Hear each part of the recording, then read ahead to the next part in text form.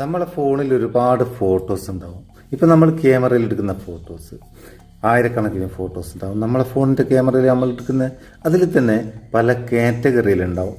ഇപ്പം മക്കളെ ഫോട്ടോ, നമ്മളെ ഗ്യാലറിയിൽ 1000 ഫോട്ടോ ഉണ്ടെങ്കിൽ അതിൽ ഒരു 50 എണ്ണം മക്കളെ ഫോട്ടോ. അത് പല ഭാഗത്ത് ഗ്യാലറിയിൽ തുടക്കം തൊട്ട് അവസാനം വരെയുള്ള പല ഭാഗത്തായിട്ട് നോക്കിയെടുക്കേണ്ടി വരും.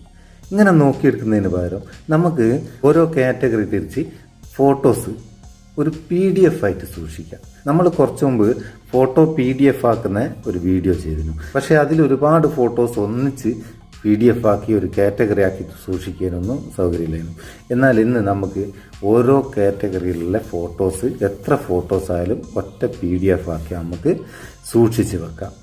അത് പിന്നെ നഷ്ടപ്പെടുകയില്ല. നമ്മൾ ഒരാവശ്യത്തിന് ഫോട്ടോ നോക്കുന്നേരം തിരഞ്ഞെടുക്കേണ്ട നല്ല ഉപകാരമുള്ളൊരു സംഭവം. എങ്ങനെ ഇത് ചെയ്യാൻ നോക്കാം. ഇതിന് നമ്മൾ ഉപയോഗിക്കുന്ന ആപ്ലിക്കേഷൻ്റെ പേര് ഇമേജ് ടു PDF എന്നാണ്. ആപ്ലിക്കേഷൻ ഇല്ലാണ്ട് ഇതൊന്നും പോകണമെന്ന് നടക്കുകയല്ല കേട്ടോ. ഇവൻ ആപ്പും കൊണ്ടാണ് വന്നതെന്ന് ചോദിക്കേണ്ട. അതിൻ്റെ ലിങ്ക് ഡിസ്ക്രിപ്ഷനിലുണ്ട്, അവിടെ നിന്ന് ഡൗൺലോഡ് ചെയ്യാം. എങ്ങനെ ഇത് ചെയ്യാൻ നോക്കാം. നമുക്ക് ഓപ്പൺ ചെയ്യാം. ഓപ്പൺ ചെയ്താൽ ഇതാണ് ഇതിൻ്റെ ഇൻ്റർഫേസ് വരിക. ഇവിടെ ഒരു പ്ലസ് ബട്ടൺ കാണും, അതൊന്ന് ക്ലിക്ക് ചെയ്ത് കൊടുക്കുക. ക്ലിക്ക് ചെയ്താൽ ഗ്യാലറിന്നും ക്യാമറ എന്നും കാണും. നമുക്ക് ഗ്യാലറിയിലുള്ള ഫോട്ടോസ്, കുറേ ഫോട്ടോസ് ഒന്നിച്ച് ഒരു പേര് കൊടുത്ത് PDF ആക്കി സൂക്ഷിക്കാം. അതിന് ഗ്യാലറി ക്ലിക്ക് ചെയ്യാം. ഗ്യാലറി ക്ലിക്ക് ചെയ്താൽ നമ്മൾ ഗ്യാലറിയിലേക്ക് പോകും. ഞാൻ ജസ്റ്റ് ഒന്ന് കാണിച്ചു തരാൻ വേണ്ടിയിട്ട്, ഇതെങ്ങനെ ചെയ്യേണ്ടതെന്ന് കാണിച്ചു തരാൻ വേണ്ടിയിട്ട് കുറച്ച് ഫോട്ടോസ് ആഡ് ചെയ്തൊന്ന് കാണിക്കുകയാണ്. ഞാനിപ്പം കുറച്ച് ഫോട്ടോസ് ഒന്ന് സെലക്ട് ചെയ്യാം. ഒരു 5-6 സെലക്ട് ചെയ്ത് എന്നിട്ട് മേലെ ഡണ്ണ് കൊടുക്കുക. ഡണ്ണ് കൊടുത്താൽ ഇങ്ങനെ വരിക. ഇവിടെ മേലെ കുറച്ച് ഐക്കൺ കാണാം. അതിൽ PDFൻ്റെ ഐക്കൺ, അതായത് 4 ഐക്കണിൽ 3ാമത്തെ ഐക്കൺ ക്ലിക്ക് ചെയ്യാം. PDFൻ്റെ ഐക്കൺ ക്ലിക്ക് ചെയ്താൽ നമുക്ക് ഇതിന് പേര് കൊടുക്കണം. ഇവിടെ പേര് എഴുതി കൊടുക്കുക. പേര് കൊടുക്കുക എന്ന് വെച്ചാൽ നമ്മളെ ഗ്യാലറിയിൽ പല ഫയലുകൾ ഉണ്ടായല്ലേ, അതിൽ നമുക്ക് ഇപ്പോൾ മക്കളെ ഫോട്ടോസ് നമ്മൾ ആഡ് ചെയ്തുകൊണ്ട് മക്കളെ പേരങ്ങ് എഴുതി കൊടുത്താൽ മക്കളെ ഫോട്ടോ അപ്പോൾ നമ്മൾ നടക്കണ്ട. PDF എടുത്ത് നോക്കിയാൽ മക്കളെല്ലാ ഫോട്ടോസ് അതിൽ നമുക്ക് ആഡ് ചെയ്തിട്ടുണ്ടാവും. അങ്ങനെ ഏത് കാറ്റഗറിയാണോ ആ കാറ്റഗറിൻ്റെ പേര് ഇവിടെ എഴുതി കൊടുക്കുക. ഞാനിപ്പോൾ ജസ്റ്റ് പേര് ഇതിന് കൊടുക്കാം.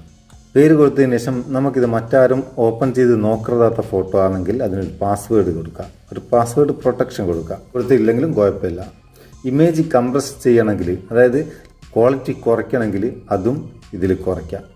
അല്ലെങ്കിൽ നോ കംപ്രസ് കൊടുക്കുക. എന്നിട്ട് ഓക്കെ കൊടുക്കുക. ഓക്കെ കൊടുത്തു കഴിഞ്ഞാൽ നമ്മൾ കൊടുത്ത ആ PDF അതവിടെ കറക്റ്റായി സെറ്റായി. ഇനി നമുക്ക് എന്ത് ചെയ്യാം, ഈ ഷെയർ ഐക്കൺ ക്ലിക്ക് ചെയ്യാം. ഷെയർ ഐക്കൺ ക്ലിക്ക് ചെയ്താൽ ഇവിടെ കോപ്പി ടു എന്നുള്ള ഓപ്ഷൻ ഉണ്ടാവും. ഈ കോപ്പി ടു എടുക്കുക. കോപ്പി ടു എടുത്താൽ നമ്മളെ ഫോണിൽ ഏത് ഫോൾഡറിലാണോ ഇത് സേവ് ആവേണ്ടി അതിന് ഇൻറ്റേർണൽ സ്റ്റോറേജ് സെലക്ട് ചെയ്ത് കൊടുക്കുക. സെലക്ട് ചെയ്തിട്ട് ഇവിടെ ക്രിയേറ്റ് ഫോൾഡർ എന്നുള്ള ഈ ഭാഗം ക്ലിക്ക് ചെയ്ത് നമുക്ക് അതിനായിട്ടൊരു ഫോൾഡർ ക്രിയേറ്റ് ചെയ്യാം. അല്ലെങ്കിൽ നമുക്കിതിൽ ഏതെങ്കിലും ഒരു ഫോൾഡറിൽ, നമ്മളെ ഫോണിലുള്ള ഒരു ഫോൾഡറിൽ അത് പേസ്റ്റ് ചെയ്ത് കൊടുക്കാം. പേസ്റ്റ് ചെയ്ത് കൊടുത്താൽ അതവിടെ സെറ്റായി. സംഭവം തരുന്ന. ഇനി നമുക്ക് നമ്മളെ ഫയൽ മാനേജർ ഓപ്പൺ ചെയ്ത് നോക്കിയാൽ നമ്മൾ പേര് എഴുതി കൊടുത്ത ആ PDF ആ ഫോട്ടോസ് മുഴുവനും നമുക്ക് ഇവിടുന്ന് ഓപ്പൺ ചെയ്ത് നോക്കാം. ഇങ്ങനെ നമ്മൾ ആഡ് ചെയ്ത എല്ലാ ഫോട്ടോസും ആ കാറ്റഗറിയിലുള്ള എല്ലാ ഫോട്ടോസും നമുക്കിവിടെ ഒരു PDF ഓപ്പൺ ചെയ്യുന്ന പോലെ ഓപ്പൺ ചെയ്യാം.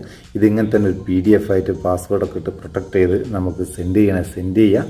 വളരെ ഉപകാരമുള്ള ഒരു ആപ്ലിക്കേഷനാണ്. അതുകൊണ്ടാണ് പരിചയപ്പെടുത്തിയത്. ഈ വീഡിയോ ഉപകാരമാണെന്ന് തോന്നിയിട്ടുണ്ടെങ്കിൽ നിങ്ങളെ സുഹൃത്തുക്കൾക്ക് ഷെയർ ചെയ്ത് കൊടുക്കുക. ഇഷ്ടപ്പെട്ടില്ലെങ്കിൽ ഒരു ലൈക്കും കൊടുത്തേക്ക്. അപ്പോൾ ആ ഒരു ബൂസ്റ്റ് ആയിക്കോട്ടെ. നമുക്ക് അടുത്ത വീഡിയോ നല്ല സെഗ്മെൻറ്റ് കാണാം. നിങ്ങളുടെ സ്വന്തം Muthoos Meppayur. Thank you so much.